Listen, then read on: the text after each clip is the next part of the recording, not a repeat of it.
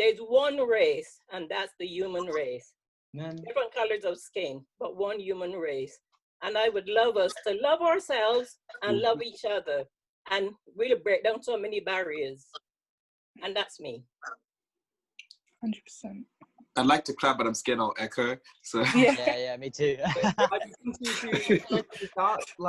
just wanted to backtrack to a point that Rochelle made, that there is racism within people within the same race. One year I was here, my headmaster in Bubush was asking me if I could speak Japanese, if I could translate Japanese, I could translate Chinese. Even though I told them that I was Filipino and I can't speak any of this, they still insisted I tell them about Japanese, Korean, Chinese.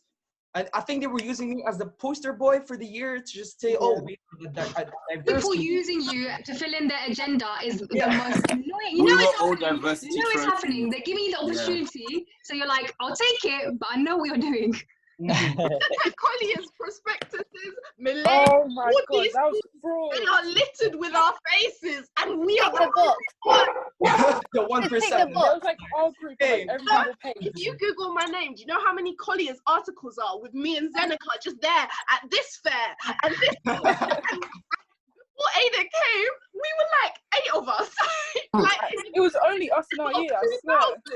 But we were everywhere. Do you know? Like, it's actually mad. Maybe that's why there's more and more like ethnic people that now come to Collier's, because they We saw were the pioneers. All the that. diverse place. No. It's literally just to tick a box to say, all right, we've got someone who's black, we've got someone who's this, we've got someone who's like, okay, right, that's it, we can carry on. It's literally just to tick a box to say they've done it. That's it. Yeah. That's the only reason why. Quickly adding on to what Irma said earlier, I think it's important to love yourself, especially like all of us, we probably migrated halfway through our lives to UK. When I first came here, I used to get so embarrassed when my mum used to speak Tamil to me outside the school. I used to start pinching up, like, speaking English.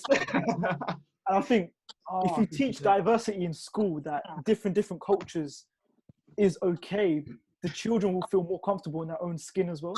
Yeah. I think even up until recently, I used to not speak my own language in public. And then someone was like to me, it's no one else's business. Like, it's actually no one else's business. You can speak whatever you want to say. And I was like, you know what? Do you know what? I used to do the same, and like something got me thinking, like not even long ago, that like, do you know how much of a skill it is to speak another language? Honestly, and I'm thinking, why am I ashamed of this? Like, I'm going to speak it, and whoever else is speaking another language, fair play. Do you know what I mean? It's a big flex, you know, like that's something we carried over from our culture. Exactly. There you Your go. mother tongue. It's your mother tongue. 100%. Yeah. Two things I saw in it. The first one, to anyone that has ever made me say my name in my language and gassed me up. Titus, do you mean like using your name as a party trick, basically? Oh, yeah. Yeah. Essentially that. Oh my God, can you say your name for me, please? Yeah. Mm-hmm. That's another question. Oh my God. And then the second one was also the fear of me bringing my own food to school. Now this might not be like a thing like that, but I remember I was like, what's that smell? Oh my God, why are you eating this, that? And then you convert to eating white lunches. That is literally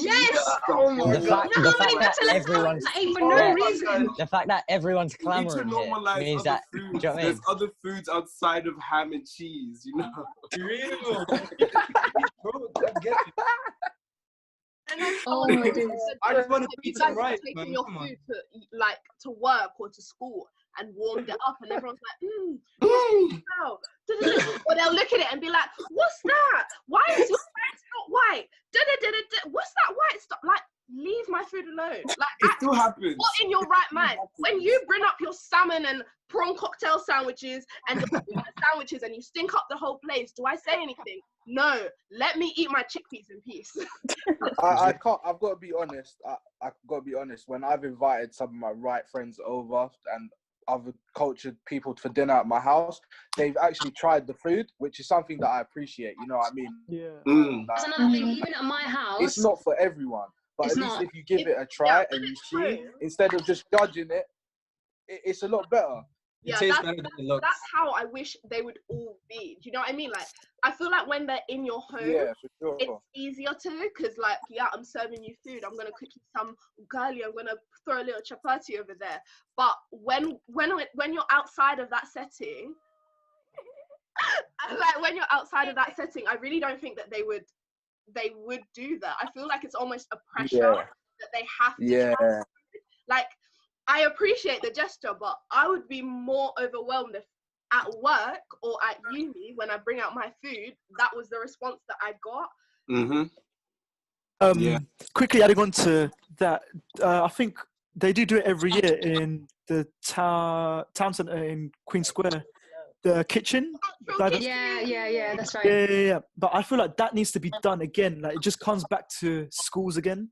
That needs to be done in school, like where children are bringing their food from their culture and they're sharing it around, and that's when people start to understand culture. And like there is different. You're going to school with different types of kids, and when the kids start bringing it into school, they'll be normalized to it a bit more. Like, they'll be like, oh, okay, yeah, he's just bringing in that food that he brought into that day in school when we all tried it out. Like, it'll be normalized to them. Like, I think our town's doing a good job of it, but it's just down to like private schools, like smaller organizations to use that diversity. To be fair, I've just come out of school, right? And I think it was just this year, maybe the year before, but like they changed up the menu to kind of include many more like world foods, and it was amazing. Like, wow, fair play. Like, there's no more like baguettes, and that's it. Okay.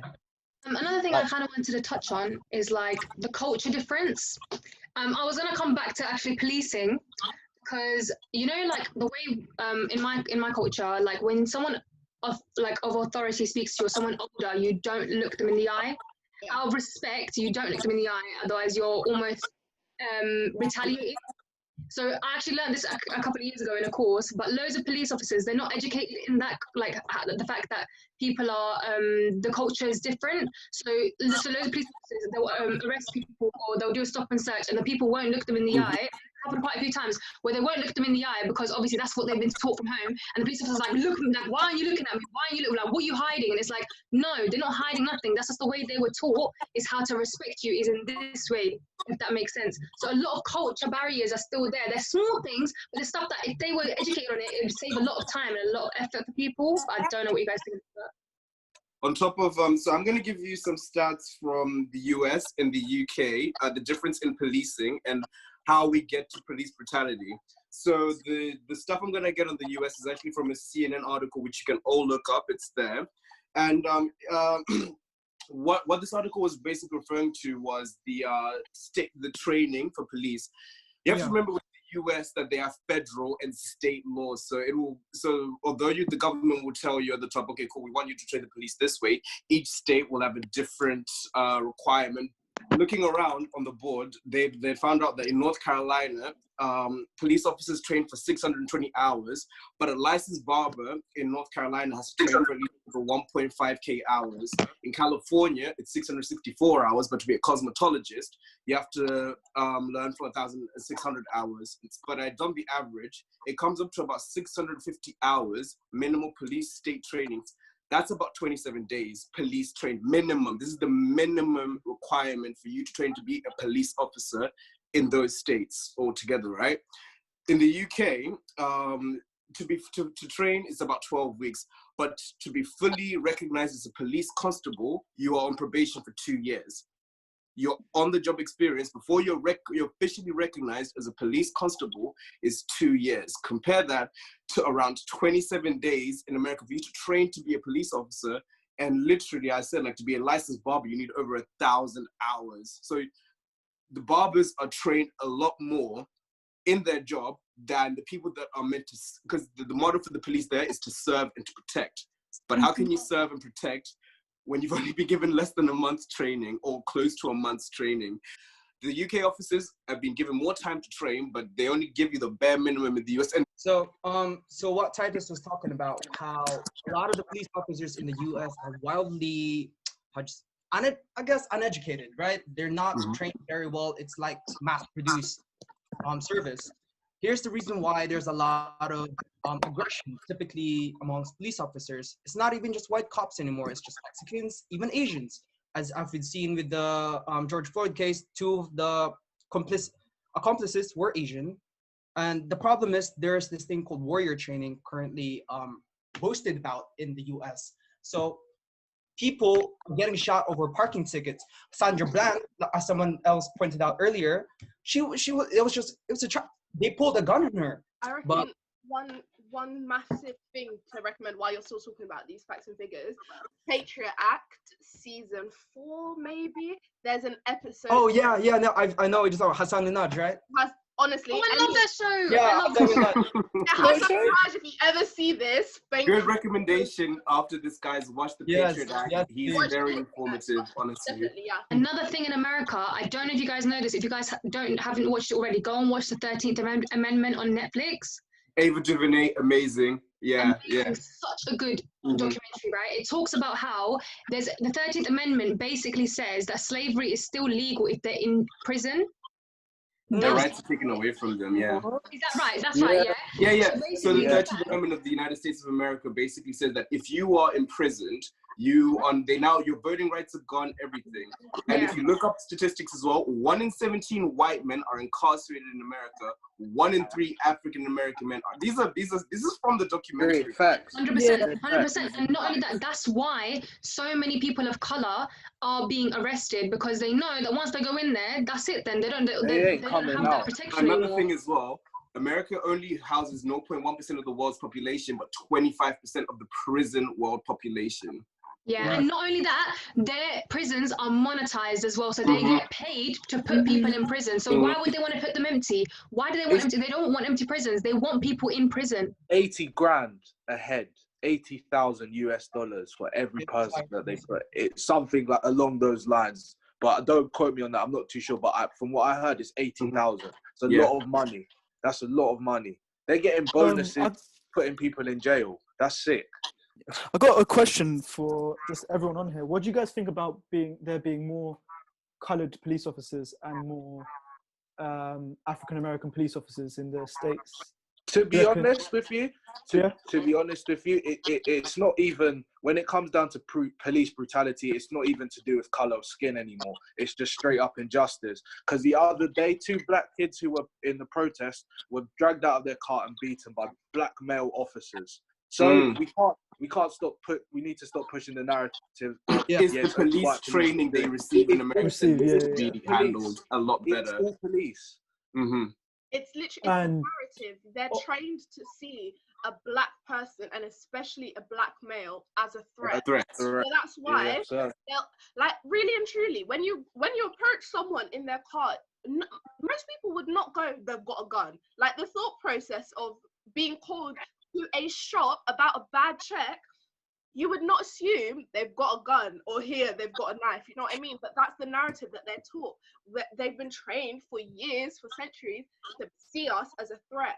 And this might draw us away a little bit, but that's another reason why people are scared of all of us marginalized groups waking up and, you know what I mean, like getting woke and actually reclaiming some of that power and rising up, because it's never been like that. For how many centuries since they started slavery, colonization, all this stuff, they have had the power.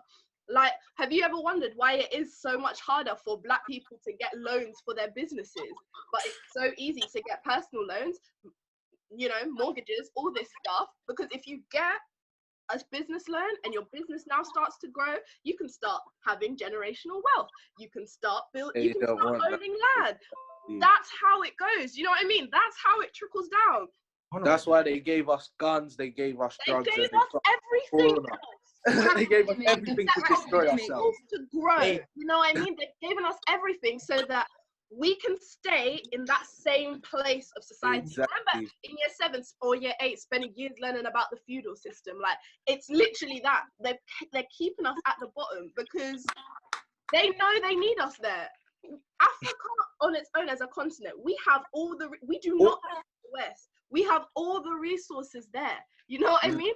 we weren't these uncivilized people before they came. We had our own ways of running things. We had our tribes, we had our chiefs, we had all of this. If anything, the trouble is now after colonization, we no longer, you know, like we had our system, now they've left us with this system, and now our presidents want to be treated like the queen, but they actually have no reason to be treated like the queen. Like, can I just bring that back, like to current affairs? So like, you know how you're saying how like people of ethnic minority, like Black, Asian, like any ethnic minority, they were able to kind of hold their own. They were able to support themselves. Now, there was this thing I read the other day. I don't know how true it is, but I'm pretty sure it's got some sort of, you know, weight. But I read that the coronavirus, for example, is more likely to affect people of Black, Asian, or ethnic minority just because of their socio-economic conditions that they are 3 times more likely. Something like that. It's ridiculous. Like, that's crazy. That is illness that will kill people, right? Because of the poverty they've been put in because of their situation. Exactly. And I think that's why the riots have become such a major thing in America, because all this frustration that have been pent up. Some people haven't been paid. Some people haven't eaten. Families are tired. They just it's triggered a lot of something events to hold on to. But they I can't. feel like we're going to become the scapegoat. Mm. I feel like it's going to be the scapegoat. Once the coronavirus goes up again, everyone's going to be like, well, everyone was out rioting. What did you expect was going to happen? But can I say something about that? But there was people who were rioting, just the fact that they were in lockdown. They were standing outside these like big government buildings with guns, just protesting the fact that they have to be locked in the house. They can't get a haircut and stuff like that. Michigan, that was yeah. It's mad how, especially in America, how 2 different like protests are looked at so differently. Last time I checked, there was over 48 million people in America that is unemployed. That is almost how many people there are in the UK. In the UK. Over a third of the British population, or close to a third, isn't it? Unemployed, something like that. In the US, it's like 48 million people. Wow. Do you know what would be interesting to see? The demographics of those people. Yeah. Mm. Yeah. But that's what they don't want you to see. That's what they don't want you to see. Otherwise, there's going to be problems. Yeah. There you go. The last thing I kind of want to touch on before only we 14% of the population, but like in all these stats, they seem to be second or first in a lot of otherwise negative statistics. Oh, talking about statistics, that's just remind me of something. Twitter, I saw this graph on Twitter. Like people were like retweeting it, like hundreds of thousands of retweets, all that sort of stuff. It turns out someone did like full depth like analysis of it. Turns out the statistic was wrong. It was percentages, and it was saying stuff like, "Oh, Black people are more prone to violence," where it was like a percentage completely taken out of context and pushed. So there's so much fake news out there. That's why we need to fact check everything we read online, even if it's online. Anyone can put anything online, you know. I mean, so we live in like an age of spin. You just gotta check everything, triple check it, not just in social media. Look on multiple sides to it. Last thing I kind of want to touch on before we finish is the idea that racism, is there an end to it? Do you think there's going to be change? Can a racist change? That sort of thing. The first thing I want to start off with that is it's just about, I personally think it's about education. Like all these influencers with all these big followers and stuff, they are saying something because they feel like they need to say something, but more time they haven't even studied it and they're just chatting like they don't know what they're saying. And just because they have followers, they think they can, and it's like, no, you still need to educate yourself. And yeah, that's what I believe. I have a very good example of that as well. The popular TikTok star Charlie Jamee. I don't know if you guys saw it, but during the Black Lives Matter movement, just started picking up this that. She has about 50 million followers on TikTok. So on Instagram, she decided to put up this post of herself in a collage, and slowly but surely, she was turning brown. That got instantly deleted, obviously, because people flamed her down. I'm not sure if you can find it, but Twitter has the receipts. So influencers need to realize the power they have over the mass. For sure. So much so, it's at the risk of their career. That is the I problem. was here. literally saying this to my brother. Yeah. I was like, Kylie Jenner she just said that she does not use Snapchat that much, and 1.3 billion lost in net worth for Snapchat. So can you imagine if she said something useful that What? the would have on a young I mind? know. Yeah. How much money did you just say? 1.3 billion. Do with racism ending, I have quite a philosophy. Am I wrong? I read it the other Philosophical night. That's what I'm thing saying. to It like think I'm about. pretty sure just because she said she doesn't use it, and also Rihanna, they did a advert on Snapchat once about Rihanna's abuse with Chris Brown, and they lost so much revenue because of that as well. Like small things because of these big celebrities, they will say like they will lose money for it. So if you have that much influence, oh my days, you know The only person who's actually taken a full stance and he doesn't care about his reputation is John Boyega. Oh, I love him so much. Yeah, he does not care. He says Oh yeah, he I says saw that. his Seth Rogen's done fame. similar. Yeah, Seth Rogen's done similar, but Seth Rogen. So if you saw these two news articles, they said John Boyega is telling people to his, and then that's the headline. But for Seth Rogen, it's like Seth Rogen shuts down people who says all lives matter. So even in that media reporting, it's just wrong as well. Yeah, I'm very happy that our generation's moved on to like everyone's on their own Twitter and stuff, because the old-fashioned medias and newspaper, they're disgusting and I'm very against how they portray. But that is what the general public views. Unfortunately for us, as much as we can try. The older generation view it, but I think when we get older, we're gonna like they're done for. They're not going to be around for much longer. That's the one thing. Exactly. He's got a point. Racism will start to fade in like 2030, 2040 because all these old people who have grown up to be racist are not going to be here. It's going to be a new, fresh generation of kids who have been brought up. The question is racism ever going to end? One thing I will say is something a bit philosophical is I'd argue that a lot of racism is to do with capitalism. Yes. For sure. In society, even let's say best case scenario, magically tomorrow we wake up and racism is gone. The society that we live in crumble. It requires people to be poor. It requires people to be in poverty. It requires people to not have any money in order for this to carry on. Racism at the moment is very intrinsically linked to capitalism because there's a very good correlation between the people that are racist and the people that have money.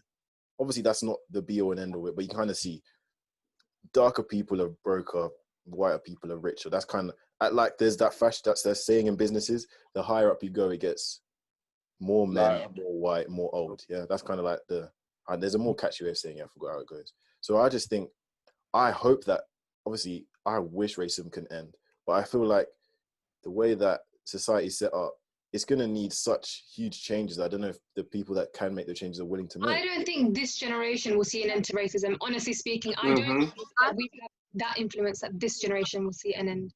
Like, I know that we are, we're living in history right now. Everything that's happening will be taught to our kids and them. But I genuinely think that racism, it's so deep rooted. It is going to take tens of years, decades. Because it took centuries for it to get this bad and this deep rooted. Like Aiden said, the systems that we have at the moment, they will crumble when racism crumbles, and it takes how many hundreds of years to rebuild and grow from that. I think there's this view that yes, slavery's happened and colonialism has happened and like it's done now, and but no, most countries haven't even had independence for 100 years. Like these Western countries, and England especially, has had 1,000, 2,000, 3,000 years head start, and we were taken back, and now you want us to just that's such a good point. A 400-year take back, mind Joe, and not only that, and it was like people should be grateful that Black people are only fighting for equality and not fighting for revenge. I've seen that. Let me quickly add to Jamie as well, because we don't have much time. Still, in the case of the rioting, Martin Luther King died on the 4th of April, 1968. During that span of time, and I'm sure you've seen the soul right now, the riots happened statewide. literally Yeah, on the 11th every of April, state in America. It's in every state now. 11th of April, 1968, the Civil Rights Act bill was revised again. We have to be very careful not allowing people to voice their opinions, because it'll be done in such a violent and such an extraordinary way that it will shake up the system, and people will start to realize, damn, like we really should have joined this movement before we started to damage our infrastructure, before we started to damage our jobs, our businesses, our livelihood. It will happen. Racism might end. Maybe it will. Like, give it enough time. Maybe it will. But prejudice will always be a thing. You know. It will. Yeah. Microaggression will always be a thing. Yep, stereotypes are always going to be a thing. There's definitely no denying in that we have come a long way, and we will keep going a long way because of people like us on the chat today, on call today, because it just starts with your own community and the people around you that you influence, really, and then it just becomes like a nationwide. I also think about Big up women's CT rights. Wave. Oh, thanks. No, I also think about women's rights. Like, look at it. In the last century, a century ago, we weren't even allowed to vote. Yeah. Like, we weren't even allowed to vote. And now, here we are, able to work, vote, buy houses, buy property. And that's within a century. That's 100 years it took to get to this point. And that's just women. And that's like one whole gender. That's like half. Like, so can you imagine? Racism is so many layers, so many races. Like, it's going to be a long battle, but I feel like I can see an end to it, but just not now. I don't think that it's going to be this generation. You take over now. This is your element. So we want to thank everybody who has joined our call today. Stephen's disappeared, but I'm sure he'll be back. Okay. Yep. We want to thank everyone. Obviously, this is a very current thing, and when we post the videos, obviously, we want you guys to post or whatever, but this is such a big deal for me and Lai, because obviously we've only had 2 actual podcasts out, and the fact that we want to move from podcasts to Zoom calls and actually interact with people, because at the end of the day, DT Wave is about the young people and the youth and getting us recognized and getting our points across, having a platform where our voices are heard. And I feel like right now, like, hearing what everyone has to say, even if it was a little bit like just getting your point across or your story across or whatever you had, like, just means a lot. And it shows that we are intelligent, we have opinions, we have facts, and we want to see a change. So we really appreciate everyone. Thank you guys so much for watching this video. I know that a lot of the topics we covered were quite sensitive and controversial, but I think that was the point of this whole conversation. Please let us know what you think in the comments below. We really appreciate everybody that's taken part in this video. It means a lot. People sharing their own personal experiences and their opinions, even if they are a bit sensitive. It shows that us as a youth, we have a voice and we want people to hear it. DT Wave supports Black Lives Matter. I think we did it.